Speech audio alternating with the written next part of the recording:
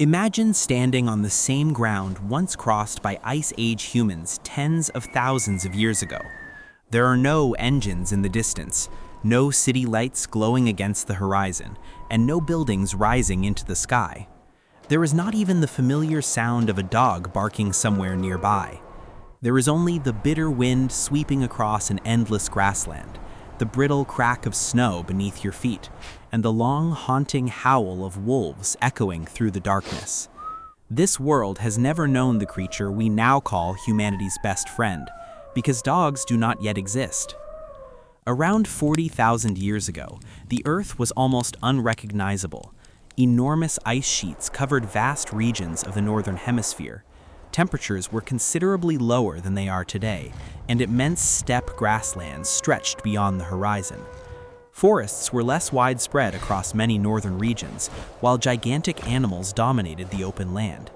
Herds of woolly mammoths moved slowly across the plains. Woolly rhinoceroses used their powerful horns to clear away the snow and reach the vegetation beneath it. Giant deer carried antlers wider than the height of a human body. From the shadows, cave lions and formidable hyenas watched for signs of weakness. This was not yet a world ruled by people. It belonged to the creatures strong enough to survive it. Humans had built no cities, established no kingdoms, and laid no roads across the landscape. Agriculture did not exist, and permanent homes were still far in the future. Every morning marked the beginning of another struggle to survive. Every night became a test of whether the group would live to see the sun rise again. People hunted with stone-tipped weapons, traveled in small communities, and sheltered inside caves or temporary structures made from whatever materials the land could provide. They possessed intelligence, language, and an extraordinary ability to cooperate, but they did not stand safely above the natural world. They were still vulnerable inhabitants of a landscape filled with predators that were larger, faster, and more powerful than they were. Among the most formidable of those predators were wolves. They hunted as coordinated groups, communicated across great distances, and followed moving herds for many kilometers using senses far sharper than those of any human. Their howls were not simply cries released into the night. They were a language, a way to gather the pack, maintain contact, defend territory, and prepare for the hunt. To Ice Age humans, those voices carried a clear warning. They were not alone. Somewhere beyond the firelight, unseen eyes might already be watching them.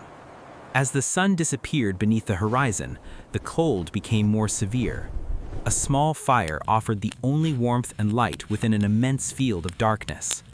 Families gathered close to the flames, knowing that the fire might discourage some predators from approaching, but it could never guarantee their safety.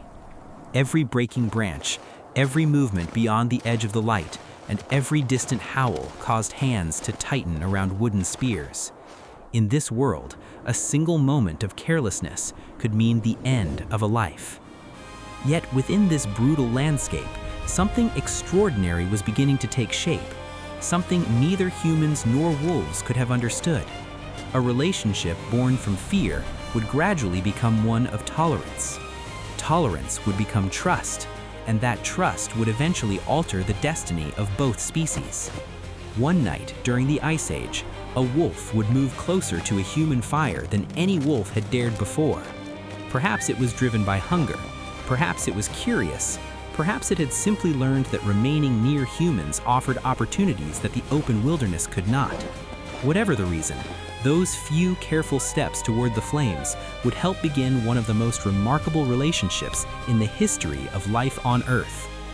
But before that relationship could exist, humans and wolves first had to survive the same frozen world. And their story was only just beginning.